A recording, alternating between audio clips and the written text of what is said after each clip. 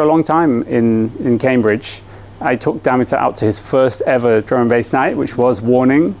We went and we saw Aries, the guy who did the Ain't No Sunshine cover that was released this year. So we went to see him at the Junction. I even saw Andy C at the Junction in one of the Warning nights. Andy C is one of the biggest names and one of the biggest drum and bass DJs. So yeah, I mean it is popular here. People like it. I mean, it's good. Of course they like it. Is it you talk, when you were first talking, I was thinking a lot of this must have come out of the UK. It is. I mean, there's obviously then all the American influence. Is it a kind of UK-American thing? No, I mean, it's now become a coherent global scene. There's something really beautiful about it. And this actually is one of the big differences from Breakbeat. Breakbeat is very much UK-based. There are a couple of American producers, and I'm sure there are a couple of people elsewhere. But drum and bass has got to the point now where it's just got a life of its own. And Austria has an amazing drum and bass scene. And anywhere you go, there's this lady whose name I've forgotten who started making drum and bass in Slovenia, and she's become really popular. But anywhere you go, yeah. I was going to ask about the gender thing. I mean, I was, you mentioned that's great. Yeah. Is it mainly men? It was, now not at all. Yeah. So a lady that I got really into now, her name is Nia Archives. I think she's only like 22 or 23. Incredibly talented producer and DJ. She's also a vocalist. All the vocals in her tracks she does herself, and it's just very sophisticated. She's taking all the old styles and reinterpreting them, and really, really nice stuff. In the early days, in the 90s, it was very male dominated, and there was just one famous female producer and DJ named DJ Rap, who's still around. We still see her in the festivals and everything. She was my teenage crush. And yeah, which is maybe an unfair thing to say this, but it's just a fact.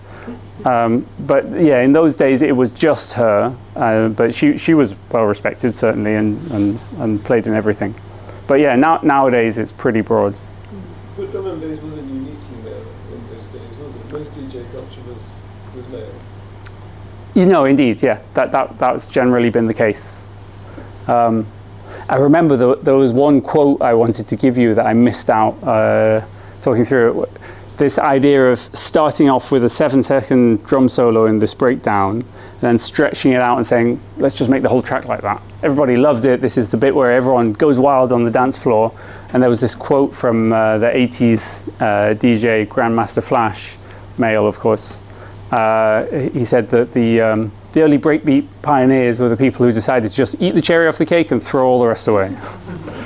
It was just a nice concept. People said, well, you like these drum solos, so let's just make a track that's just that. This may be show how stupid I am, but is Orbital part of this? Yes, I mean... I only discovered them this year, and I thought they were fantastic. They are fantastic, and it's electronic music, yeah. But it's not... I wouldn't call it dance music in the same way. No, I danced to it. Yeah, no, and I can dance to it too. We've got different rhythms. Yeah. No, it's perfectly fine to dance to it, and indeed it's perfectly fine to dance to something like hip hop as well. But I'm looking for something with, pounding bass and beats to really, yeah. Maybe I have a limited view of it, but it works. The concept of it when you're crafting a set is all about, it's one long crescendo, and then you've got the bass line drops and everybody grows wild, and then you get the next one which has a big crescendo and then bass line drop and everyone goes wild. And when you get that going and you get on a roll, you can just keep people going all night. And there's people who didn't expect that they were going to go all night. And we had this with Dameter in that night at Warning. I keep talking about him, so he's got to watch the video. Sorry, I'm quoting you a lot.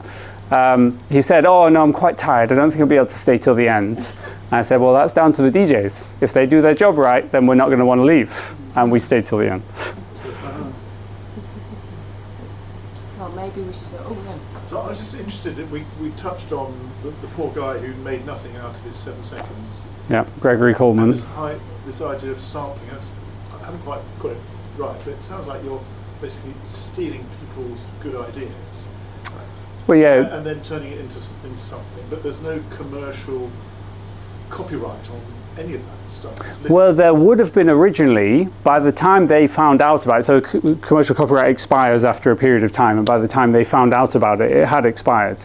But there is stuff that was being released in the early days that they still had rights to. I mean, actually, I don't know exactly who owned it, whether they were signed to a label or something. But in any case, by the time they really became aware of it, because it was in a different cultural world from them, then they didn't have it. There was nothing they could do about it. So what I'm confused about is you hear people doing covers of something. Yep. That's not the same as sampling. But sampling is you're taking something that someone else has written and you're overlaying it and turning it into something that still is reminiscent of the thing that it's come from, and yet... Yeah, so Is there a cover is trying to sound like something. You can't really hide it. And there's lots of bootleg covers which are unauthorized and in principle could lead to court proceedings. Whereas sampling, the idea in principle is that you're taking little pieces of it and making something out of it. There's a Brazilian electronic producer named Amon Tobin, makes amazing music. I wouldn't call it dance music, maybe a bit more like Orbital, but really beautiful music. And he starts just with samplers and a massive record collection and just makes stuff out of it. And people have asked him, because he makes amazing music, you know, where did you take this from? He said, no, if I told you, I'd get sued. No, I can't tell you. But so long as you can't tell, it doesn't matter. So because Ed Sheeran got into trouble for some chords, didn't he? That Right. Someone else said, those are my chords. And Yeah. so, But it I was mean, a how tiny long is a section sample there. before it becomes... If you can recognise it, then you can be sued for it. So that's why But they didn't will they- argue about it. There's And then no you- set length. Right. If you Yeah. can prove it comes. If you can convince a judge, I guess. Is that true when it's just live as well, opposed to it being broadcasted or recorded? It's a Should good be a question. When you're just a band who's playing a set in a pub or something, I think in principle you could be sued for that, but nobody would bother. Sorry. I think just to follow up from what you're asking, from what I understand, there's no copyright law pertaining to drums. There is copyright over guitar riffs, vocals, bass lines, but drums can be sampled without any copyright judge getting involved. So that's true of a whole like drum solo, not just of a drum As I sound. understand it, yeah. Okay. Oh, weird. You can't copyright a rhythm. Apparently. Oh, I don't I mean, know. I have limited knowledge in music industry world that I've been in, but Yeah. But it that's what usually I've- splits into recording and writing. So what you were talking about, a cover, if you're covering something, you're covering someone else's writing, but sampling is taking the actual recording and manipulating it. So there's two parts of copyright. Yeah. Well. I'd say I'm more sympathetic where they've taken individual beats and layered them and made something, because it was really just drum sounds. They weren't using the drum solo. They were just, anyone who had played a beat could have been taken. But then there was quite a few, including the original, the hip hop one from NWA. They just repeated the thing, and it's a nice drum beat. But you were saying that you're not sampling so much now when you're producing it, it's done electronically. Yeah, it's synthesized, yeah. So it's synthesized, so is there the same problem that if you're synthesizing something that sounds like No, something that was there no. before? I mean, some people still, like Amon Tobin, still do things by sampling. But yeah, largely now you can create whatever. Certainly for a drum machine to create rhythms, you can create anything you want. Will AI be a thing? I mean, it is a thing. I know. It is a thing. I mean, in this context, is it going to be important?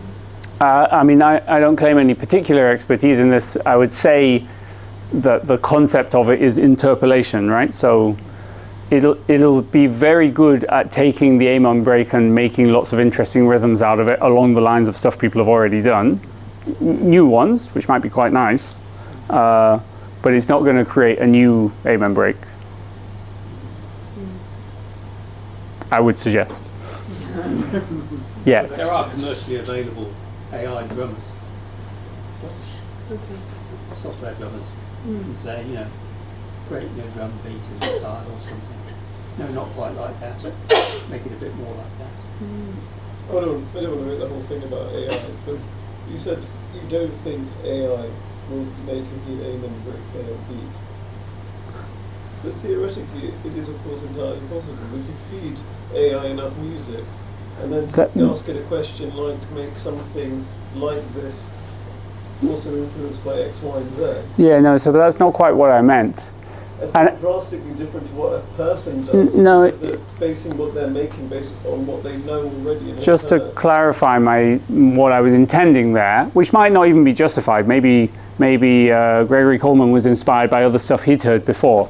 But the point is, when someone makes something really new, something really dramatically new, that inspires a whole load of other stuff after that. So that's what I was saying it would find harder to do just because of the nature of how it's doing a model fitting based on what it's been trained on. So it's The not... real innovation is